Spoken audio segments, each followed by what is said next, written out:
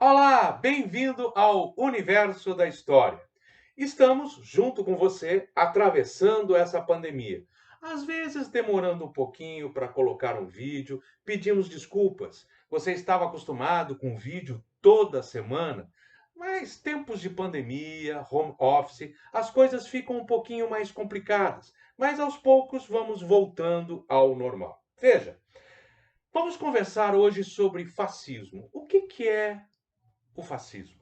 E aí nós temos que voltar ao final da Primeira Guerra Mundial, 1918, 1919. 1918 termina a Primeira Guerra Mundial. 1919, nós temos a criação por Benito Mussolini do Partido Fascista na Itália, né? Um partido que propunha a ideia, a criação de um regime totalitário na Itália. Vamos entender. Ao final da Primeira Guerra Mundial, a Itália entrou numa grande crise econômica. Apesar de ter sido um dos países vencedores da guerra, não obteve grandes vantagens no final. E isso acabou levando a Itália a uma grande crise. E para superar esta crise, vinha Benito Mussolini propondo a ideia da criação de um regime totalitário com seu partido. No final das contas, Benito Mussolini dá um golpe em 1925 e se torna o ditador, o Duce da Itália, o grande líder, né? Bem, e assim ele começa com seu regime totalitário, o primeiro dos regimes totalitários. Bem, vamos entender o que é um regime totalitário. Um regime político que defende a total importância do Estado sobre o cidadão. Dentro de um regime totalitário, o Estado vem antes do cidadão. E o governo deve controlar todas todas as possibilidades da sociedade. Tudo que concerne a sociedade é de controle do Estado e deve ser controlado pelo Estado. E também nós temos o fim da democracia liberal. Pelo óbvio, quem vai mandar na economia? O Estado. Então não é o mercado, não é a livre o livre andar do mercado. Não, ele vai ser controlado pelo Estado. A economia vai ser controlada pelo Estado. Então, a democracia liberal, ela se vai. Você vai ter um controle estatal sobre a economia.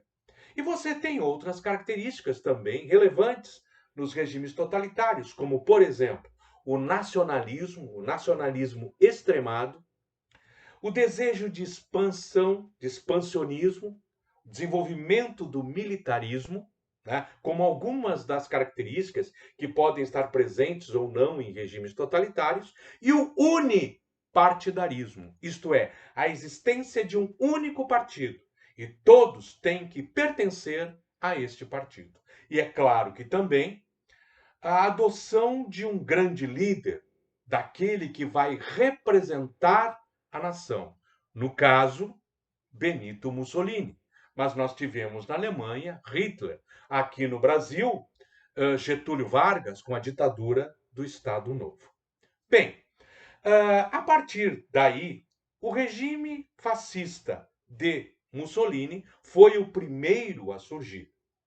Portanto, a partir disso, a grosso modo, podemos chamar todos os regimes totalitários que surgirem de regimes fascistas. Assim podemos fazer com a Alemanha de Hitler, a Alemanha nazista, assim podemos fazer com o salazarismo em Portugal, com o franquismo na Espanha e com a ditadura do Estado Novo no Brasil. Mas também, a grosso modo, repito, podemos chamar todos os regimes totalitários, todas as ditaduras que vierem a partir daí. Por exemplo, a ditadura instalada no Brasil a partir de 64, a ditadura militar, que surgiu a partir do golpe civil-militar de 64, podemos chamar de um fascismo. Assim como também podemos ter fascismos de esquerda e fascismos de direita. Por exemplo, repito, a grosso modo, podemos chamar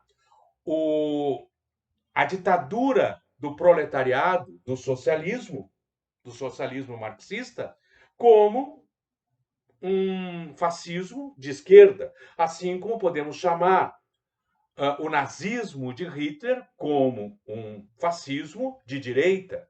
Poderíamos chamar também a nossa ditadura, a partir de 64, como um fascismo de direita. Então, podemos ter fascismos de direita e fascismos de esquerda.